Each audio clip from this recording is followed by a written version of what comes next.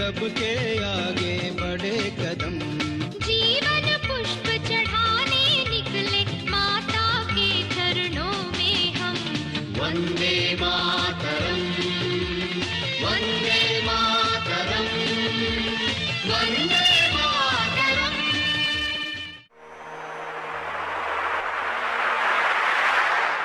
जय हिंद, वंदे मातरम, भारत माता की जय। आज हम आयुर्वेद के ऊपर बात करने वाले हैं। आयुर्वेद में देखिए, हमारे ऋषियों ने, हमारे पूर्वजों ने आयुर्वेद के भोजन के ऊपर गहन अनुसंधान किया है। कितना गहन अनुसंधान किया है उन्होंने। केवल भोजन को प्रोटीन के बारे के रूप में, कार्बोहाइड्रेट के रूप में, कैलोरी के रूप में, कुछ मिनरल्स के रूप में, कुछ खनिजों के रूप में केवल नहीं बांटा।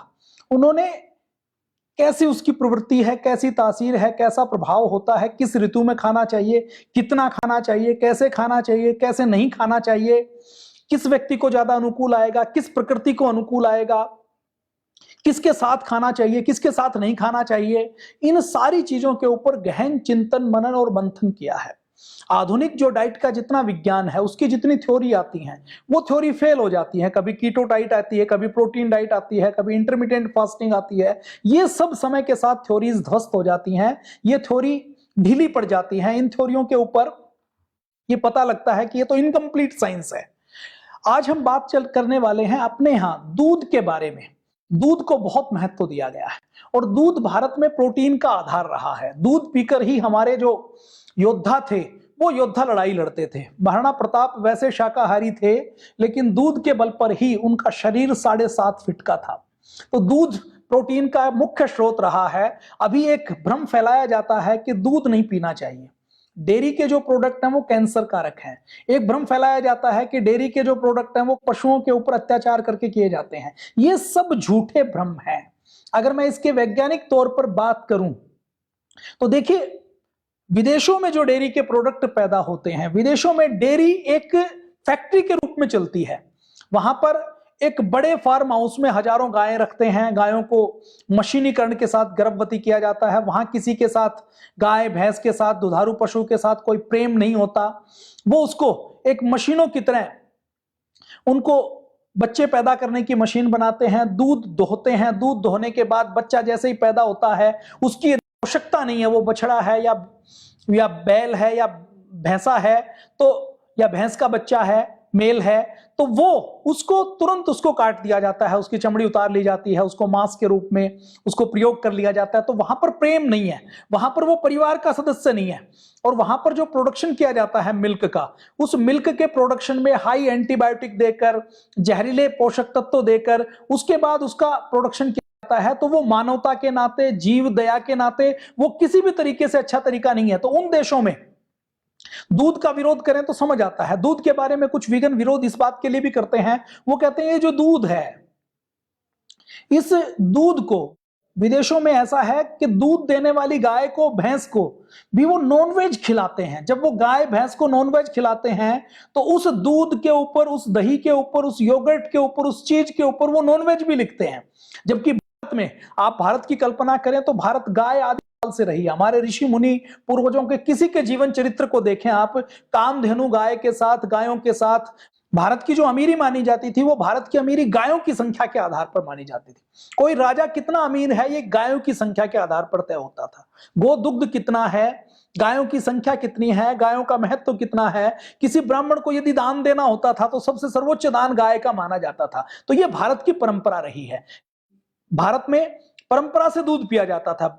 विदेशों में जो विदेशी लोग दूध की अवहेलना करते हैं, उनकी जानकारी के लिए, भारत में गाय परिवार का हिस्सा होती थी। गाय कोई एंटीबायोटिक या नॉनवेज नहीं खाती थी। हमारे यहाँ जो पालतू पशु होते थे, उसमें गाय है, उसमें बकरी है, उसमें ऊँटनी है, इन सबको घर में पाला जाता था। और विशेष रूप से गोमाता को तो बहुत आदर सम्मान के साथ, जड़ी बूटियों के साथ खिलाकर, उसकी पूजा करके उसको पाला जाता था। उसके गोबर से, उसके गोमूत्र से, उसके दूध से, उसके दही से, उसके पंचगव्य से व्यक्ति स्वस्थ रहता था। तो ये जो भ्रम फैलाया जा रहा है कि दूध शरीर के लिए हानिकारक है, ये जो जीव दया का ढोंग करते हैं, इनको मैं सच्चा जीव हितैषी नहीं मानता। विदेशों के परिप्रेक्ष्य में उनकी बात ठीक है, लेकिन भारत के परिप्रेक्ष्य में किसान के सबसे सच्चे साथी के रूप में गाय है, बकरी है, ऊंट है, इन सब के साथ ही किसान का जीवन चल पाता है। तो आज हम बात करने वाले हैं हमारे भारत में, भारत जो डायबिटीज का गढ़ बनता जा रहा है, भारत को डायबिटीज से हम कैसे बचा सकते हैं, भारत से हम डायबिटीज को कैसे दूर कर सकते हैं, उसके बारे में हम बातचीत करने वाले हैं। दूध की अगर हम बात करें तो हमने गाय के दूध की बात की, बकरी के दूध की बात की।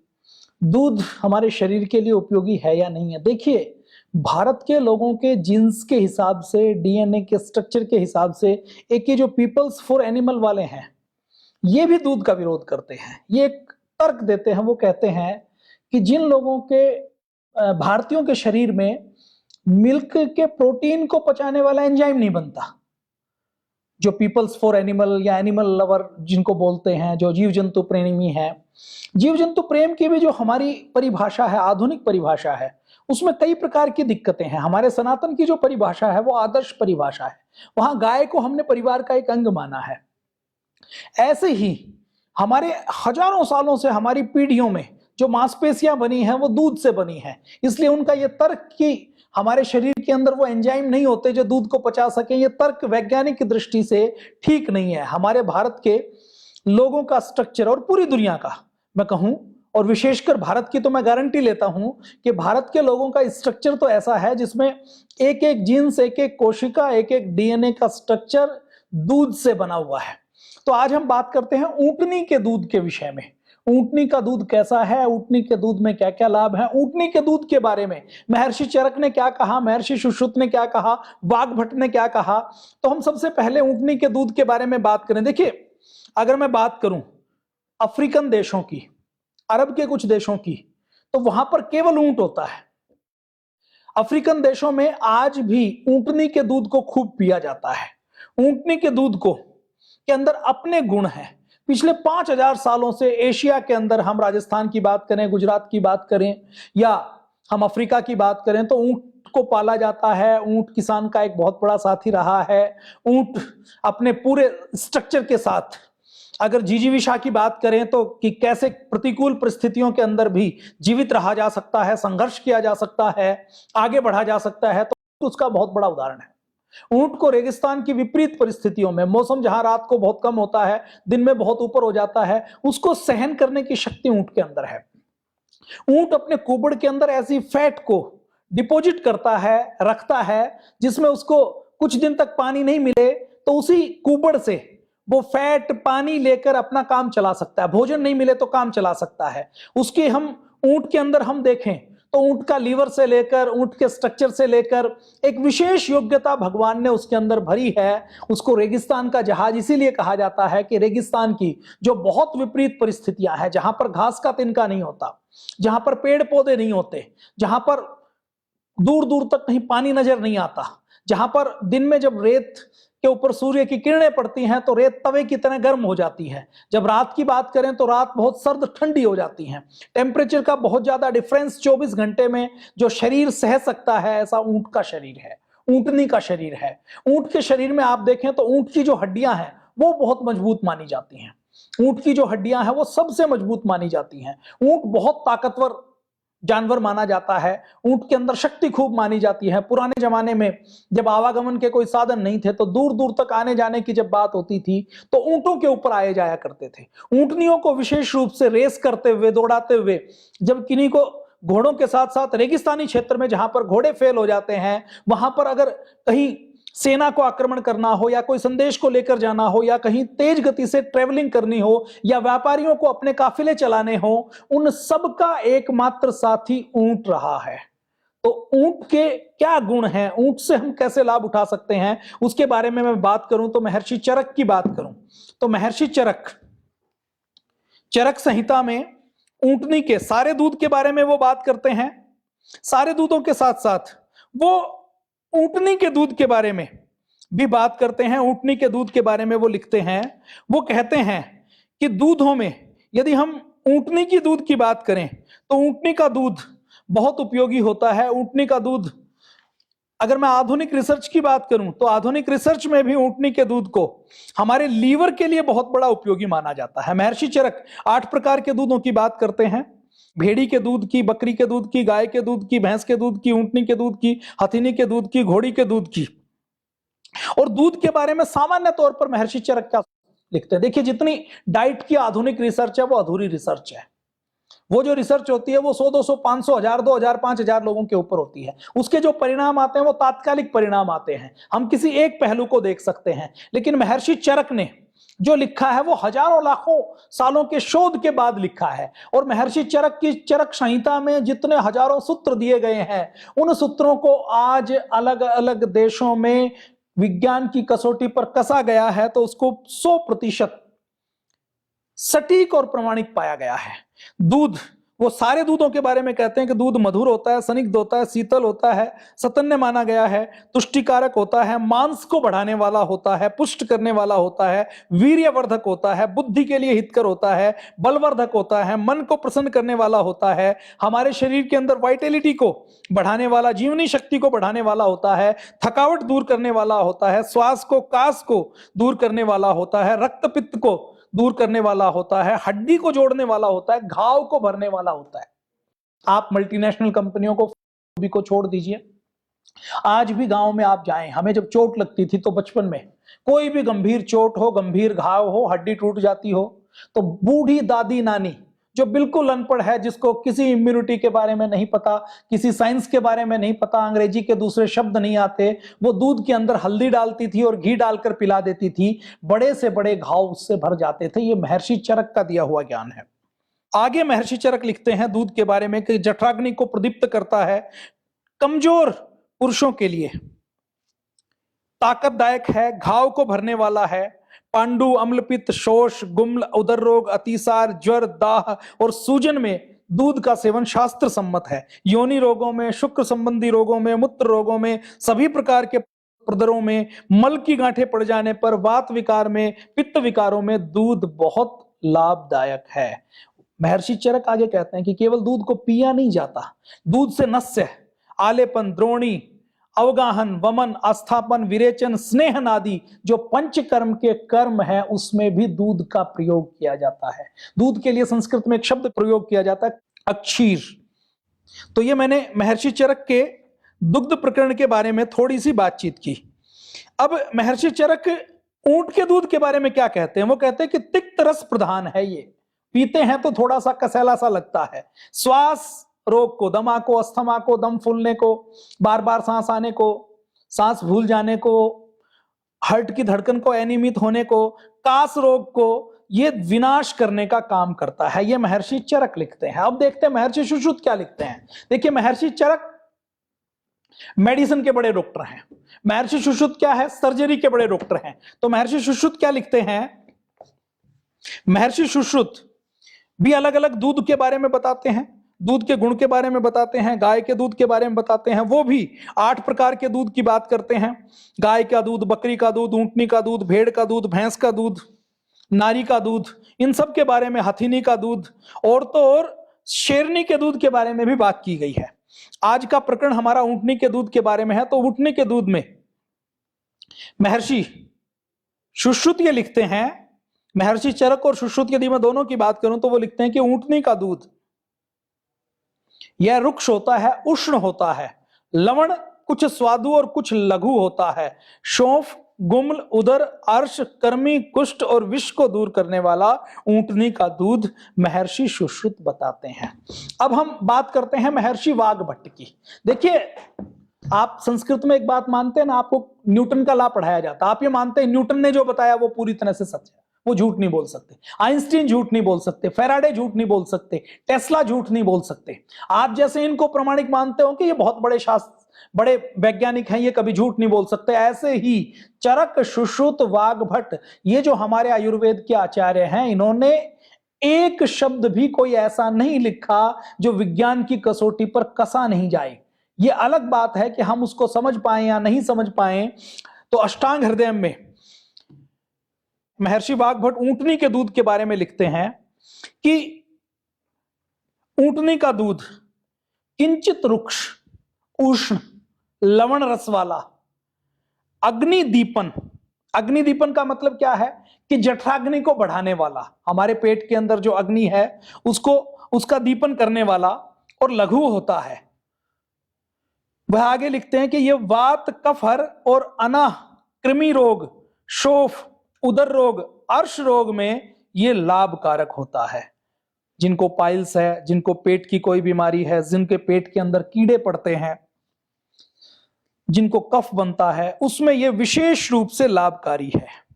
आगे अगर हम दूसरे आचार्यों की बात करते हैं तो आयुर्वेद महोदधि में वैद्यराज सुषेण क्या कहते हैं। वैद्यराज सुषेण का स्थान वैद्यों में राजा के समान है। वैद्यराज सुषेण ने भी अपनी सारी चीजों के बारे में, बहुत डिटेल में चीजों के बारे में लिखा है। खान पान के विषय में आयुर्वेद की सारी संहिताओं के, सब ऋषियों के निचोड़ को उन्होंने आयुर्वेद महोदधि में अपना स्थान दिया है। पतंजलि ने यह पुस्तक प्रकाशित की है।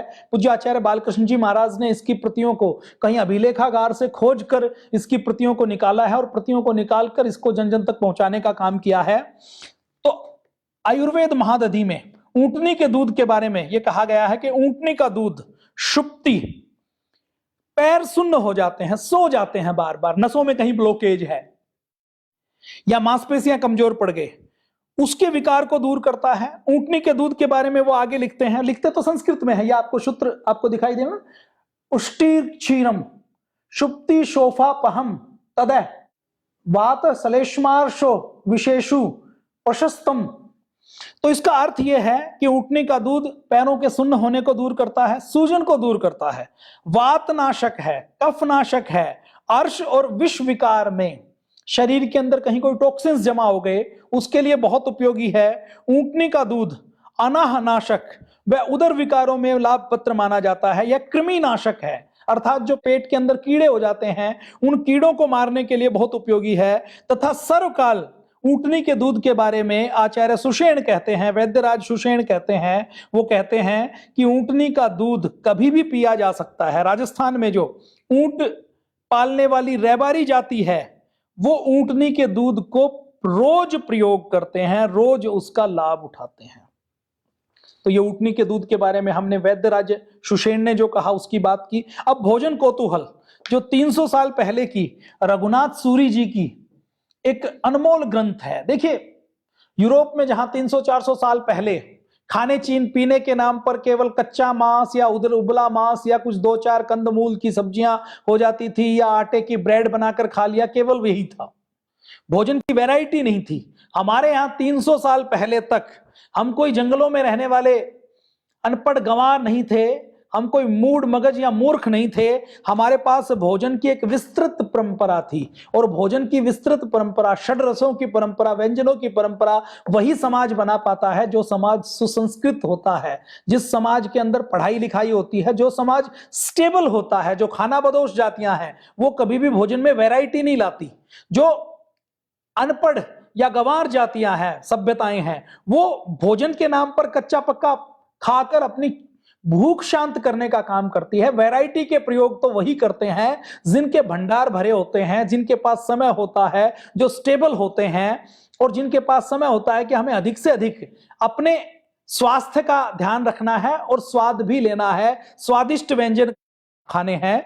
तो ऊंटनी के दूध के बारे में रघुनाथ सूरी जी अपने भोजन कौतूहल नाम के ग्रंथ में वो लिखते हैं, ऊंटनी का दूध शुप्ति, पैर आदि के सोने की समस्या और सूजन का निवारक होता है। ये जो रिपीट कर रहे हैं ये वही है जो आयुर्वेद महोदधि में वैद्यराज सुषेण कहते हैं। यह पित्त, कफ, बवासीर के रोगियों के लिए बहुत अच्छा माना गया है। यह अफारा, पेट के अंदर जो गैस बन जाती है, वात प्रकुपित हो जाता है, भोजन पच नहीं पाता, उसको दूर करने के लिए, कृमिहर, पेट के अंदर जो कीड़े हो जाते हैं उनको दूर करने के लिए उदर रोगों में प्रशस्त और सभी कालों में श्रेष्ठ माना गया है। इसके बारे में रघुनाथ जी ये कहते हैं। ये मैंने सारे ग्रंथों के आपके सामने प्रमाण रखे, प्रमाण और भी रखे जा सकते हैं। तो ऊंटनी के दूध की पूरी दुनिया में क्या स्थिति है, ऊंटनी का दूध कैसा है, ऊंटनी के दूध के बारे में ये कहा जाता है। देखिए ऊंटनी का दूध सबसे जो अच्छा माना जाता है वो के लिए बहुत अच्छा माना जाता है,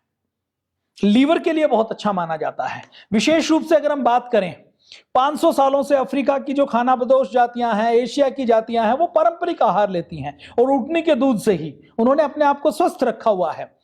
इंसुलिन सामान्य तौर पर दूध में पाया जाता है। ऊंटनी के दूध में इंसुलिन की 1 लीटर दूध में 52 यूनिट होती हैं।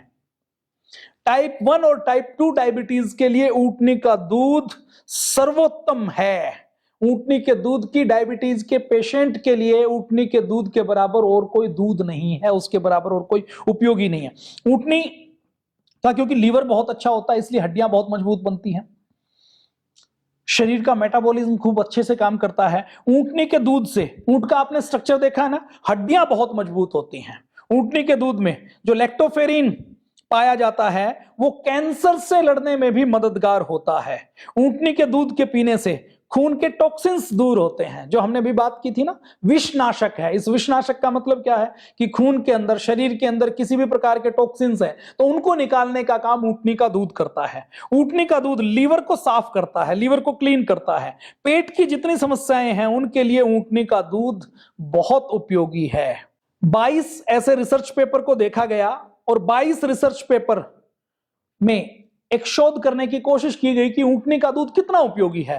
तो यह पाया गया कि जिनको डायबिटीज है वो यदि 2 कप 500 मिलीलीटर ऊंटनी का दूध पीते हैं तो उनके ब्लड के अंदर जो शुगर का लेवल है उसको कंट्रोल किया जा सकता है। में ऊंटनी का दूध होता है। और आपको एक मैं हैरान करने वाली जानकारी बताऊं, हमारे देश के जो प्रधानमंत्री मोदी जी हैं वो ऊंटनी के दूध के खूब प्रेमी हैं, ऊंटनी के दूध को खूब पीते हैं। ऊंटनी का दूध उनके मनपसंद आहार में से एक है और वो ये कहते हैं कि गुजरात को, राजस्थान को स्वावलंबी बनाने के लिए और स्वस्थ बनाने के लिए ऊंट से उपयोगी और कोई चीज नहीं। देखिए जहां पर गहरा रेगिस्तान है वहां पर गाय भैंस उतनी मात्रा में जीवित नहीं रह सकती, उतनी गर्मी को भैंस सहन नहीं कर सकती और गाय के लिए अनुकूल चारा नहीं मिल पाता।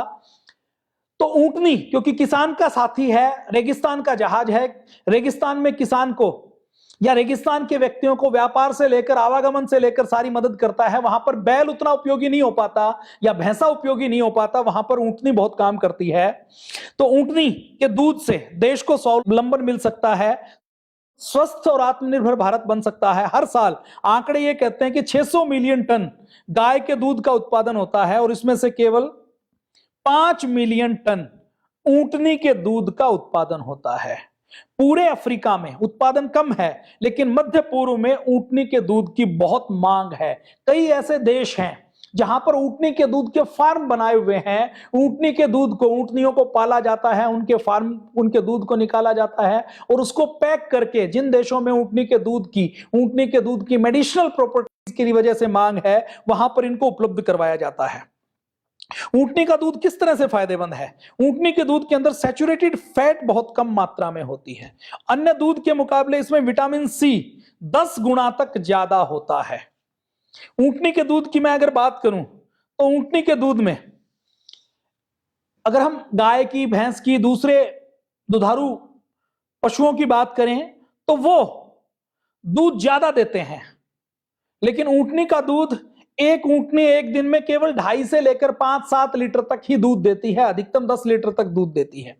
ऊंटनी के दूध की अगर हम बात करें तो इसमें ऊंटनी के दूध में जो प्रोटीन होता है, जो फैट होती है, जो लैक्टोज होता है, जो कैल्शियम होता है, जो दूसरे पोषक तत्व होते हैं, वो हमारे पूरे शरीर को पोषण देने का काम करते हैं, कई रोगों में फायदा करते हैं, रोग प्रतिरोधक क्षमता को बढ़ाने का काम करते हैं। ऊंटनी के दूध के ऊपर एक रिसर्च की गई, रिसर्च में जिनको ऑटिज्म है, जिनकी बुद्धि कम काम करती है, ऐसे बच्चों को ऊंटनी का दूध दिया गया तो उन बच्चों को, जो मंद बुद्धि बच्चे थे, उनकी बुद्धि इससे शार्प हो गई, बुद्धि तेज हो गई। बीकानेर में राष्ट्रीय ऊंट अनुसंधान केंद्र है, उस ऊंट अनुसंधान केंद्र में कई प्रोडक्ट तैयार किए जाते हैं और ऊंट के ऊपर लगातार रिसर्च की जाती है कि ऊंट का दूध, ऊंट के दूध के दही कैसे जमाया जाए, ऊंट के दूध को प्रिजर्व कैसे रखा जाए, ऊंट के दूध की दवाएं बनाई जा सकती हैं, ऊंट की नस्ल को कैसे सुधारा जाए, इन सारी चीजों के ऊपर रिसर्च की जाती है। वो भी रिकमेंड करते हैं कि रोजाना यदि आप 1 कप ऊंटनी का दूध पीते हैं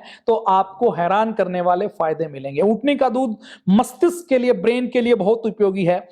जो बच्चे ऊंटनी के दूध का प्रयोग करते हैं उनका मस्तिष्क सामान्य बच्चों की तुलना में ज्यादा तेजी से मजबूत होता है। हड्डियों के बारे में हम बात कर ही चुके हैं। लीवर को साफ करता है, टॉक्सिन्स को निकालता है। ऊंटनी के दूध में जो शुगर है, फाइबर है, लैक्टिक एसिड है, जो आयरन है, मैग्नीशियम है, विटामिन ए है, विटामिन ई है, विटामिन B2 है, विटामिन सी है, सोडियम है, फास्फोरस है, पोटाशियम है, जिंक है, कॉपर है, मैग्नीज है, ये शरीर को सुंदर और निरोगी बनाने का काम करते हैं। डायबिटीज के रोगियों के लिए तो ऊंटनी का दूध रामबाण माना जाता है। किसी को बहुत कई सालों का मधुमेह हो गया, वो ऊंटनी के दूध का प्रयोग करके अपनी डायबिटीज को कंट्रोल कर सकता है। अपनी डायबिटीज को कंट्रोल करने के लिए ऊंटनी के दूध का प्रयोग कर सकता है। तो ऊंटनी का दूध, आपके आसपास यदि कोई ऊंट रखता है, कोई किसान है, तो उसकी ऊंटनी के दूध को तिरस्कार मत कीजिए, ऊंटनी के दूध को पीजिए। ऊंटनी के दूध जैसा कोई अच्छा दूध नहीं है। पीते हुए बस ये आप ध्यान रखें कि कच्चा ना पिए। थोड़ी देर में रखते ही ऊंटनी के दूध में कुछ जर्मिनेशन, कुछ जर्म्स पैदा होने शुरू हो जाते हैं, तो ध्यान रखें ऊंटनी के दूध को उबालकर ही रखें। ठंडे पात्र में, फ्रिज में या ठंडी आइस में रखें। ऊंटनी के दूध को में अगर बराबर मात्रा में पानी मिला दिया जाता है तो वो दूध ज्यादा देर तक सस्टेन कर जाता है। जिनको दूध से एलर्जी है वो डायरेक्ट दूध ना पिएं, और औषधीय प्रयोग के लिए आप नजदीकी किसी वैद्य से परामर्श कर लें, किसी डॉक्टर से परामर्श कर लें। अब बहुत से लोगों को ऊंटनी का दूध मिलता नहीं। अपने यहाँ जो पतंजलि वेलनेस में डायबिटीज के रोगी आते हैं, उनको ऊंटनी का दूध दिया जाता है। ऊंटनी का दूध क्यों दिया जाता है? क्योंकि ऊंटनी के दूध के अंदर जो गुण होते हैं, जो डायबिटीज को दूर करने वाले और जो हड्डियों को मजबूत करने वाले गुण हैं, उसके कारण आर्थराइटिस के रोगियों को और डायबिटीज के रोगियों को ऊंटनी का दूध पतंजलि वेलनेस में दिया जाता है। सब जगह ऊंटनी का दूध, क्योंकि पतंजलि वेलनेस के लगभग 40 सेंटर हैं, सब जगह उपलब्ध नहीं हो पाता, तो परम पूज्य स्वामी जी महाराज ने कोल्ड फ्रीज टेक्निक से ऊंटनी के दूध को लेकर उसको तुरंत आइस बॉक्स में रखकर, उसको संभालना बहुत मुश्किल होता है, लेकिन राजस्थान के, गुजरात के किसानों के स्वावलंबन के लिए ऊंटनी के दूध को कोल्ड फ्रीज टेक्निक से फ्रीज करवाकर, ताकि उसके पोषक तत्व तो बिल्कुल नष्ट ना हो, ऊंटनी के दूध को पैकेट में उपलब्ध करवाया है। और ये सब जगह नहीं मिलता, केवल पतंजलि के मेगा स्टोर पर, जिले में जहां पर मेगा स्टोर या पतंजलि चिकित्सालय है वहां पर ऑन डिमांड बहुत थोड़ी मात्रा में ये बनाया जाता है। एपिसोड बनाने का मुख्य उद्देश्य ऊंटनी के दूध के लाभ के बारे में बताना था। जो आज की न्यू जनरेशन जो इस दूध की कीमत नहीं पहचान रही, वो उस दूध की कीमत पहचाने। और आपको बताना था कि हमारे शास्त्रों में हमारे महर्षि चरक, सुश्रुत और वाग्भट ने जो लिखा है वो बहुत प्रामाणिक लिखा है, और आधुनिक विज्ञान की कसौटी के ऊपर भी वो खरा उतरता है। रिसर्च पेपर के लिंक यहां पर लगे हुए हैं, आप चाहें तो गूगल स्कॉलर पर, पैबमेड पर जाकर रिसर्च पेपर्स का अवलोकन कर सकते हैं। तो हमारे ऋषियों ने जो लिखा है वो 100% सत्य है। आप ऊंटनी के दूध का जरूर प्रयोग करें। अलग अलग रोगों में जो 8 प्रकार के दूध, गाय का दूध, मां का दूध, भैंस का दूध, ऊंटनी का दूध, भेड़ का दूध, घोड़ी का दूध, बकरी के दूध के बारे में जो हमारे ऋषियों ने हथिनी के दूध के बारे में बताया है, आयुर्वेद आचार्यों ने, वो 100% प्रामाणिक और सत्य है। उसके ऊपर मोहर लगाने के लिए एपिसोड बनाया गया था। आप सबका बहुत बहुत धन्यवाद। कल फिर मिलते हैं शाम को 7:30 बजे, सोमवार से लेकर शुक्रवार तक, वैदिक चैनल पर राष्ट्र गौरव के इस कार्यक्रम में। यह कार्यक्रम आप फेसबुक पर भी देख सकते हैं, और इस कार्यक्रम को शेयर जरूर करें। जय हिंद, वंदे मातरम, भारत माता की जय।